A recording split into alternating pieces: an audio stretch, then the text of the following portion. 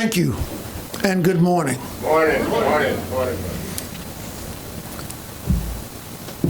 These are challenging times, not only for America, but for the world. American leadership is being challenged. China's the rising star in the East. Russia is attempting to reinsert itself onto the world stage. And of course, ISIS is trying to blow up the Western world. What better time than now to analyze, to look at where we are, what we're doing, what we should continue to do, and of course, what we should stop doing as we transition to another administration. I'm from a family of teachers, and who better than a teacher to analyze and grade the performance of the Obama administration. So this morning I present to you the Obama report card. Watch yourself. First category, spending. Now it was not easy to choose which categories, which subjects should be graded, but I was able to get this down to about 7 categories, and I'll share those with you.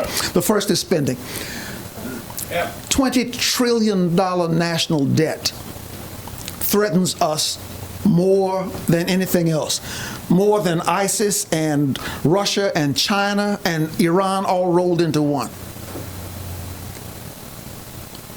Threatens us.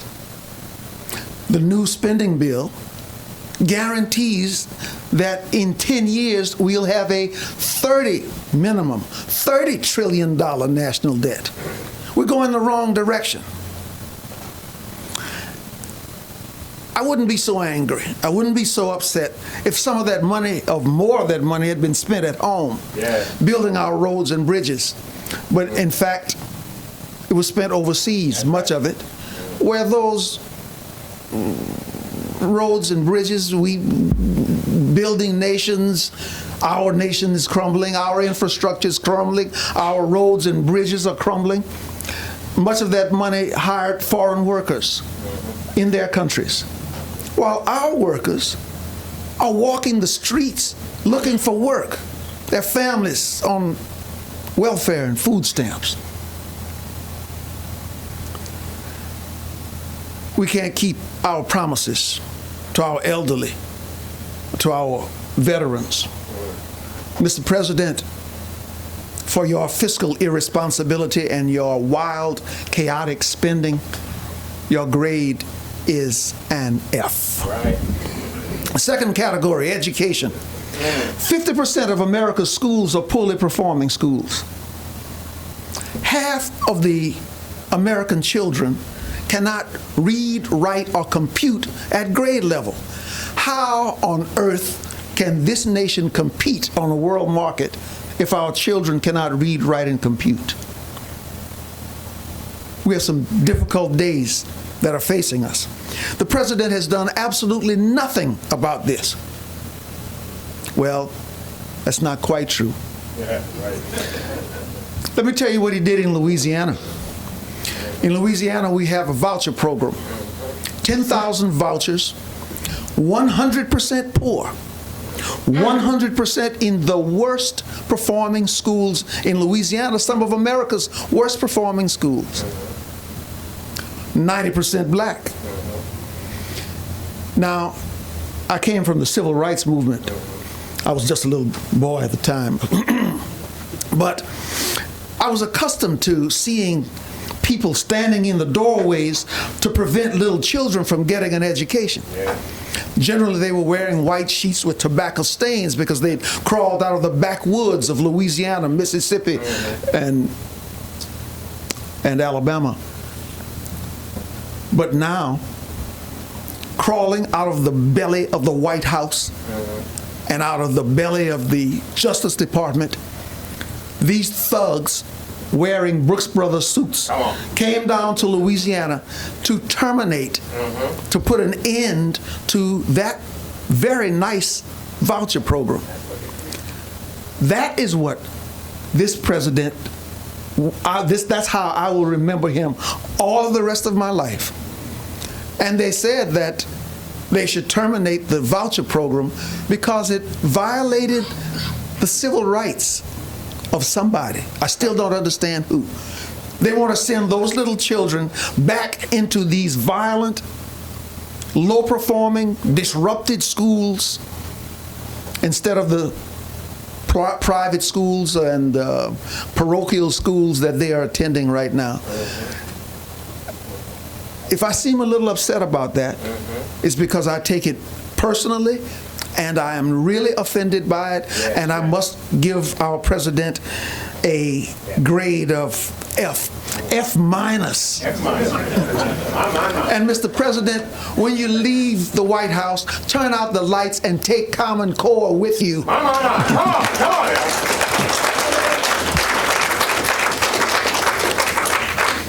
Third category, safety. Today, Americans are unsafe. Unsafe in our homes, our streets, our shopping. And the problem is that we have a lot of gun violence. Yeah. On one hand, we have guns. On the other hand, we have bad guys and sick people. Now, a gun is a tool, right, an inanimate object, just like this pen is. Yeah. If you set it down here, it will stay exactly there. It right. will not move. It will not do anything to anyone. It will be right here when you come back. The problem is not guns. Right. The problem is the bad guys and the sick people. Our president has attempted to address the problem of violence in the wrong place, with guns, and not with the bad guys, the sick people, the garbage that we put into our children that lead to this violence. And so, for being oblivious to the facts, for attacking a problem in absolutely the wrong area, Mr. President, an F for safety, because we are not safe in our country, and he has done absolutely nothing to address it.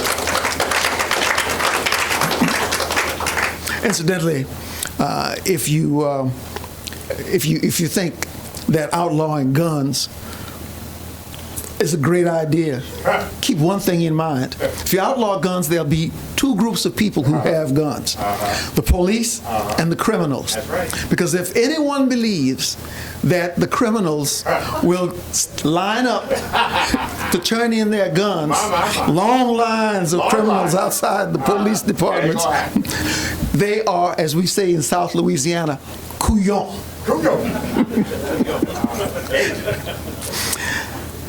Category 4, foreign policy. I am so tired of hearing that George Bush did it.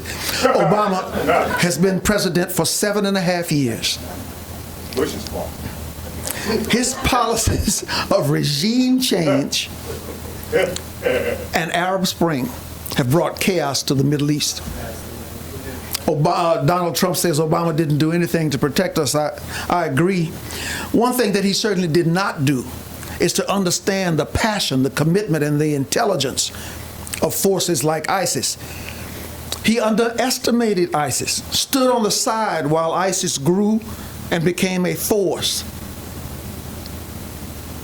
He said, ISIS is the junior varsity. Just like that king of England, that arrogant king who looked down his nose at George Washington and the Minutemen, and he said, George Washington and his boys are just the junior varsity. He said that just before we kicked him back and his forces back to England. Unfortunately, our arrogant president said the same thing about ISIS just before they blew up parts of Paris and have continued their bombing, killing in the Western world. Arrogance is a deadly shortcoming. Foreign policy of this administration certainly deserves an F. It's cost us trillions of dollars, thousands of lives, minds, bodies. It has been a disaster, and it has left Americans more at risk today than at any time since the Civil War. F, Mr. President, on foreign policy. Absolutely an F. Fifth category, justice. Let's talk about justice here at home. Let me give you two examples that live in my heart. Trayvon Martin, young black man killed in Florida, tragedy. The president said, he took to the airwaves and he said, Trayvon Martin looks like the son that I would have if I'd had a son. And he sent his minions from the Justice Department down to Florida, and he demanded justice for Trayvon Martin. There's a young man named Christopher Lane. Very few people know his name. Christopher Lane's a young Australian student here, a young white man who was killed by, tragically, some young black men. I didn't hear. Now, Christopher Lane, I have sons. That's one of mine right there. Christopher Lane looks like my sons. He had 2 legs, 2 arms, 2 ears. He's a little paler than my sons. Watch yourself. We did not hear anything from the White House when Christopher Lane was killed. We didn't hear anything from the Justice Department when Christopher Lane was killed. The silence was deafening.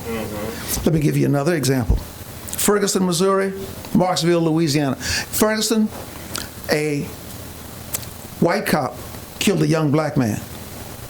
In Marksville, a black cop killed a young white man. In Ferguson, Justice Department, the White House, Reverend Al, Reverend Jesse, everyone, racism, we got justice, we demand justice. Marksville, Louisiana, the silence, once again, was deafening. If justice is good enough for black folk, it is good enough for white folk. That's right. If you cannot deliver justice for everyone, then pack your bags and hit the road, Jack. Come on. Right.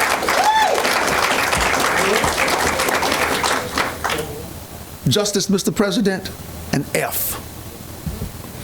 Category 6, making government work. I hope that we've learned. Never again should we choose a president who cannot manage this government.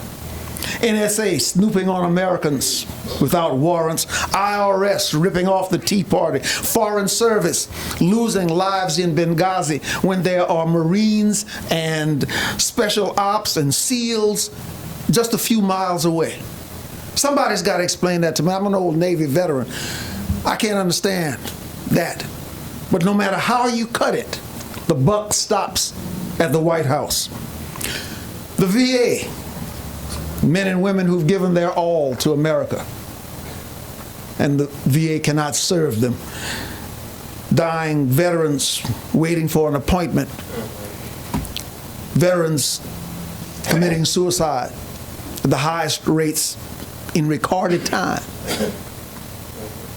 Making government work, Mr. President, an F for failed miserably. So, this fall, we have a chance to make a change. This fall, you and I and 100 million of our closest friends will select a new president. We'll not only select a president, we will select a path, a course, a destiny for this great nation. We must decide. We will choose either the values that made America the greatest nation on earth, or we will choose to continue the moral and economic downgrade in this country. We will choose either to have everyone pull his own weight, or we will choose to continue letting everyone ride the backs of the working class, middle class Americans. We will choose to truly become one nation under God, or we will continue letting petty divisions turn us one against the other. and continue to turn our backs against our Lord. We will choose 8 more years of failure, of F grades. And you know that everything that I've said is true. I have not exaggerated the ineptness of this administration. We will continue that. And 8 more years of Obama light. Or we will choose to make some changes in America. We will choose a more solid course in foreign policy, in spending, in managing government. My fellow Americans, we deserve better. America deserves better. We cannot survive 8 more years of Obama light. So the minute you walk out of that door, you should begin to roll up your sleeves, work, network, call, do everything that you can to make this change, to bring about this change. If we don't, we will have a Supreme Court that falls off the left side of the cliff. We'll have government that continues to not serve anyone. It works against us and not for us. So I ask you to please, this fall, actually now, let's start now. Let's roll up our sleeves and take back our White House. Let's roll up our sleeves and take back our country. May I answer any questions that you have, please?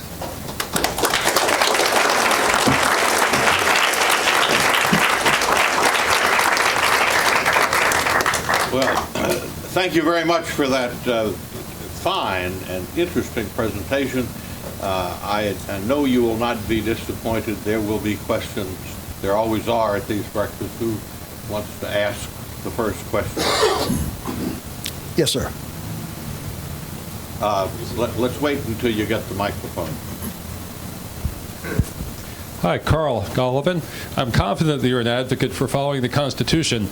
In that respect, Article 1, Section 10, no state shall make anything but gold and silver coin a tender in payment of debt. Do you advocate restoring a constitutional, honest unit of account as our monetary unit?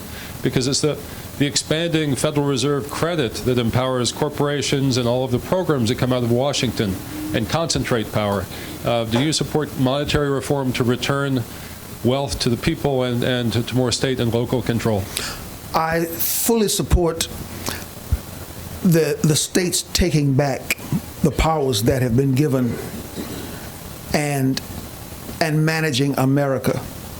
I fully support getting the federal government off our backs and out of our business, out of our pockets, out of our schools, out of all of our business. I've got to take a closer look at the financial part of it. I'm interested in the presentation that you just made. And before we leave, let's talk a little bit more. But I do want to get the states together to take power back from Washington, D.C. and put it back where it belongs. Let's take one in the back.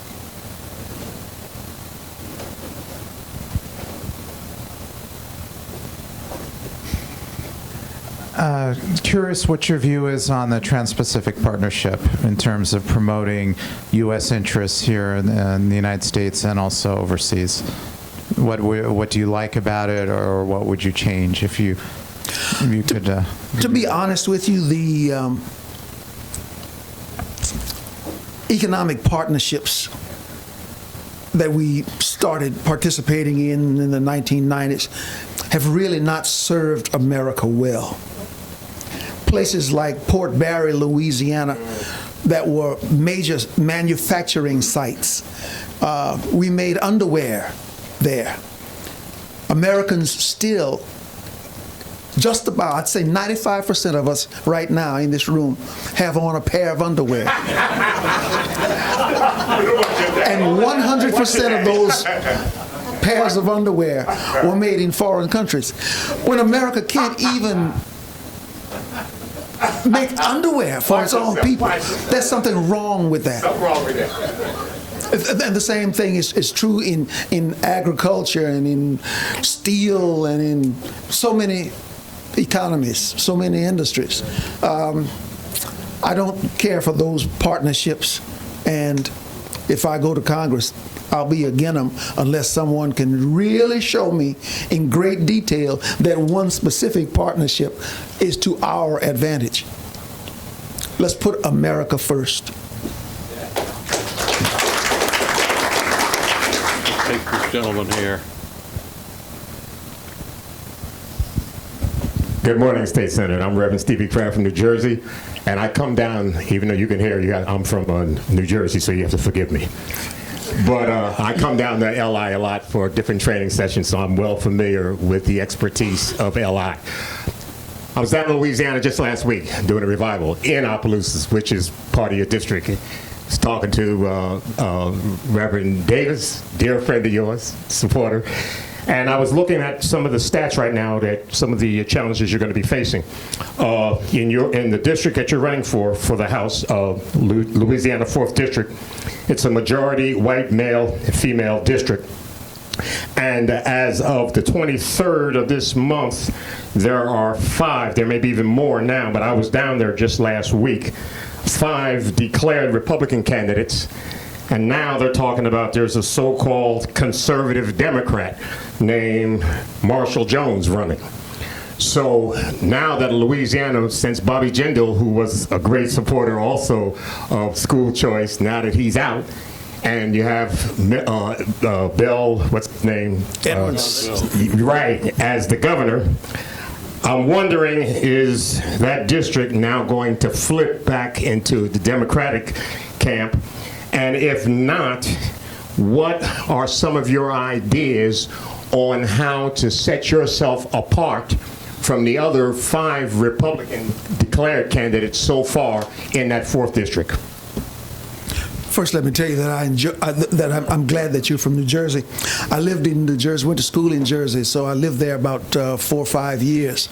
It was a wonderful place and a wonderful time. Looking at Louisiana right now, I intend to distinguish myself with one thing, one word, and that's values. I intend to hammer home the values that made America great: hard work, frugality, God, prayer, those kinds of things. And that is the message that I will bring to that large district, the 4th Congressional District, which stretches from central Louisiana to the Texas border, and from US 190, which is 2/3 of the way down to the Arkansas border. Huge area. Hardworking folks, mostly rural, one major urban area, and that's the Shreveport area. But most of the folks are country folks who we hold to our Bibles and our guns. Yeah, and your grits. You noticed we serve grits here. I know. Guns, grits, and grits. Guns, grits, and grits. All right. Thank you. Yes, sir. Next question. In the back there, the man in the red shirt.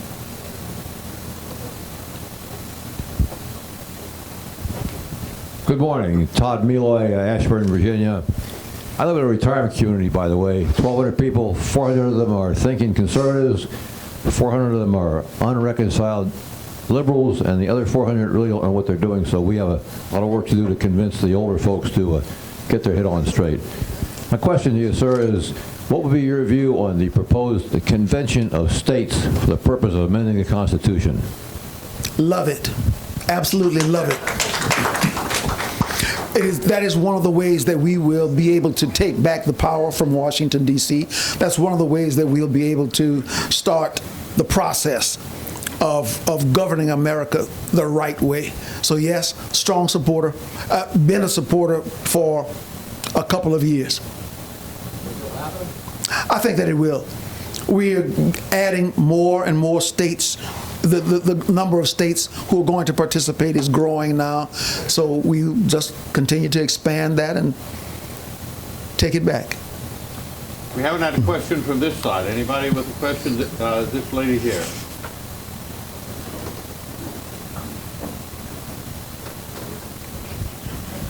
Good morning, sir. Thank you for taking some time out of your busy schedule to be with us this morning. My mom is a lifelong Democrat, and a few years ago I asked her the question, why are you a Democrat? And she said, well, because Mom and Dad were. Now, we never came back to a conversation on it again, but a few years ago she showed me that she had switched to the Republican Party. She apparently had not been able to square what she believed in with what they were doing. So as somebody who kind of went through that same thought process, I wonder if you have any advice, or maybe as we go out and we talk to other people, because I think at the end of the day, to go through that process, you're essentially having to admit you were wrong. Mm-hmm. So how can you help us go and talk to other people to maybe examine their own values and why they are Democrats today? I think that if we talk about values, you know, I'm a strong values supporter. If we talk about what the proper role of politics should be in government, what should government do for people, and what should it do not for people, I think that those are the ways that we can sell our values and where we are. My mother died at 104 and was also a lifelong Democrat.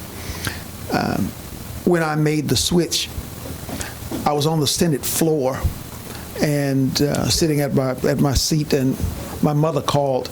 The head of the Democrat Party had said some just crazy things, and Mother called and said, "Elbert Lee, did you hear what that lady?" "Yes, Mother, I heard what she said."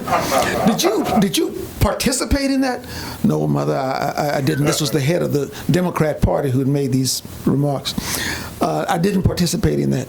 "Well, you just better be careful who you associate with, because I don't want you to bring dishonor to our family." When my Democrat mother, at 103 at that time, called and made that plea to me, I hung up and immediately called I didn't even put the phone down, just pressed the button, called my registrar of voters and said, "Fix me up, brother. I got to make a change." Come on. But Gotta make a change. the values of my 103-year-old, 104-year-old mother had not changed, but the values of the Democrat Party had left her behind, and left our church behind, had left our community behind, and certainly left my heart behind. That's good.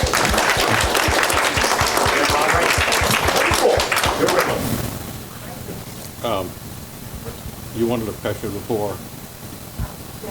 She kind of covered mine. Oh, okay. I was gonna ask That's you good. what Let's take a question from this gentleman here. That was it. Yep, she covered it. Do you believe in peace through strength, meaning that we have to do something to get the United States Navy back on the road?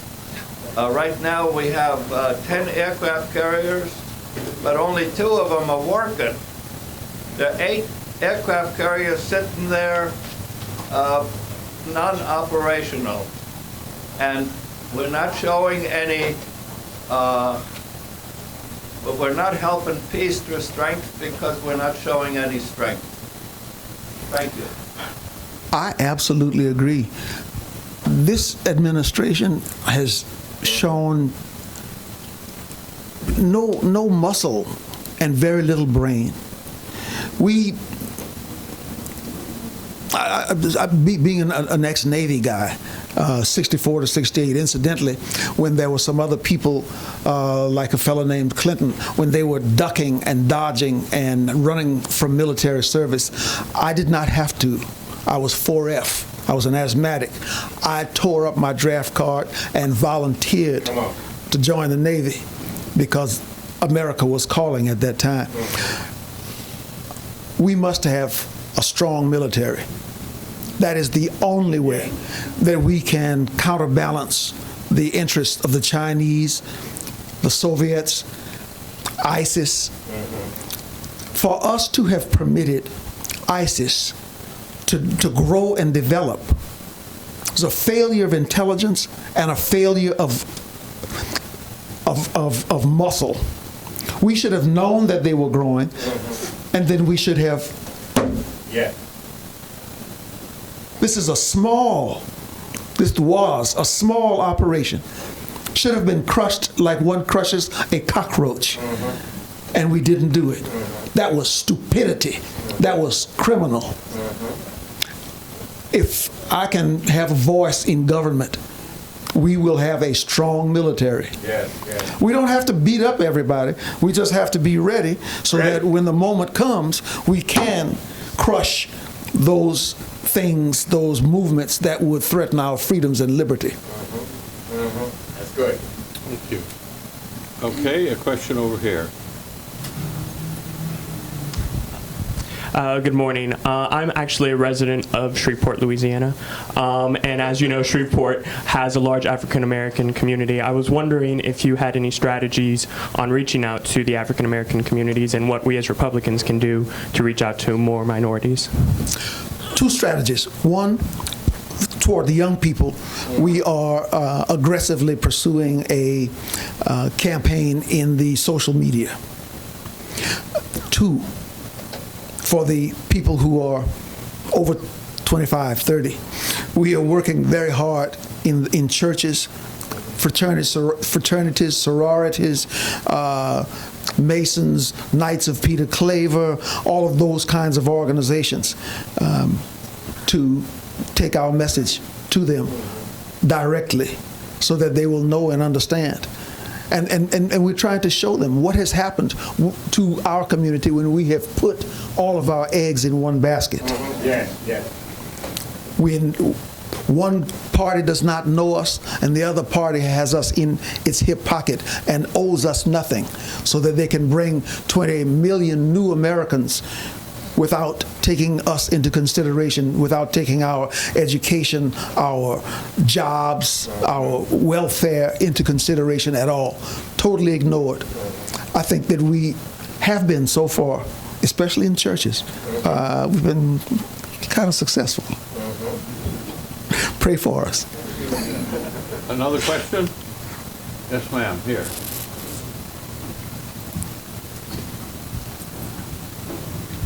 Thank you so much for being here. I have a question about the current presidential race.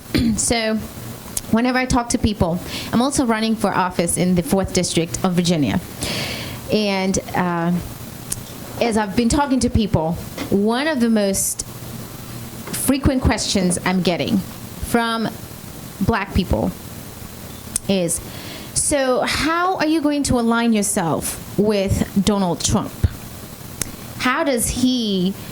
What are you going to do? How are you going to navigate that? Because in their mind, they're thinking he is crazy. And they're thinking all the things that the media wants to say about the man. And so they're afraid. I'm wondering, are you getting the same question? And if so, how are you answering that, or how are you tackling that question? On YouTube at Elbert Lee Guillory, on Facebook,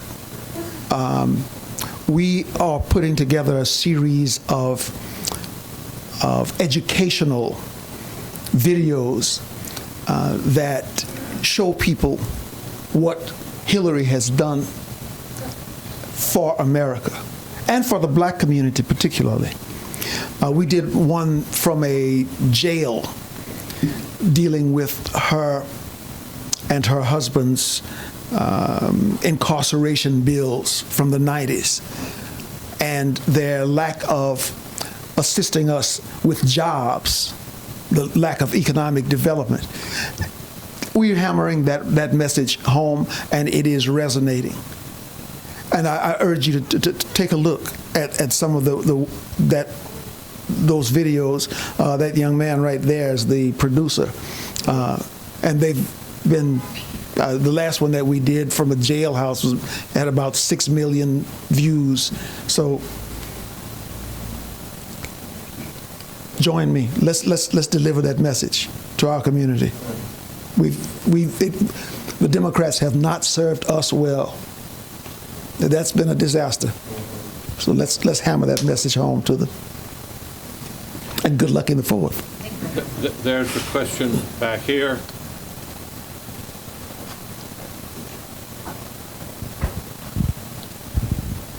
I also wanted to thank you for coming out this morning. I actually had a foreign policy question. I was curious what your stance is on what role the United Nations will play or should play in foreign policy, whether or not the United States should remain a member of it in the near future. I think that the United States should choose its own course, a course that benefits this nation first. If any other nation wants to join us in the direction that we're going, I'm happy to say, come on and let's go. The European Union wants to, or the United Nations, that's fine. I believe that we have spent a lot of money going in bad directions with the UN. We can use that much better building our roads and employing our people. America first, America choosing its own course based on America's ideals and values first. And if anyone wants to join us, welcome. But we shouldn't create and pay for and pay billions of dollars, trillions probably, on an organization such as the UN. We have time for one more question, if there is another question. In the back.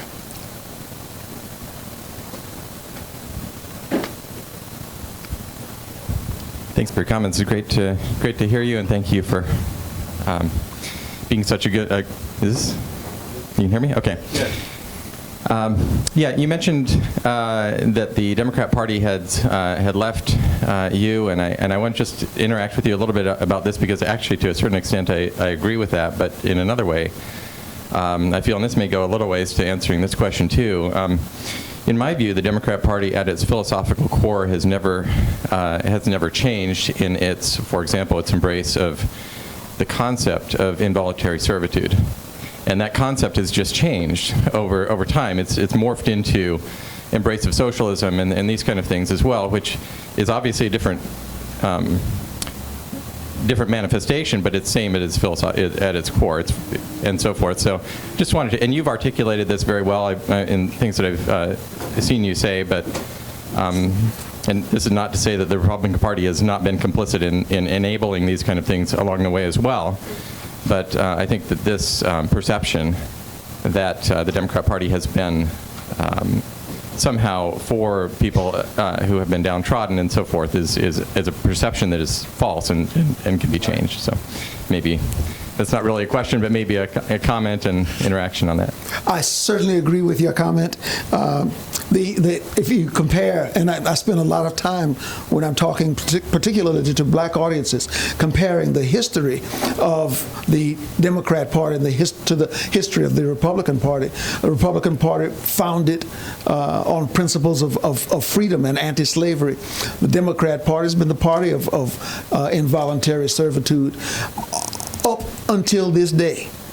And I was here I lived here and worked here during the Nixon years. I like to talk about the relationship between Nixon and Eisenhower and the black community. Richard Nixon created more black millionaires than any other force on earth in the history of this country. Nixon was great for our community, and no one, including the present administration, has even approached the level of assistance that Richard Nixon provided to lifting economically, lifting folks up and getting them jobs and work.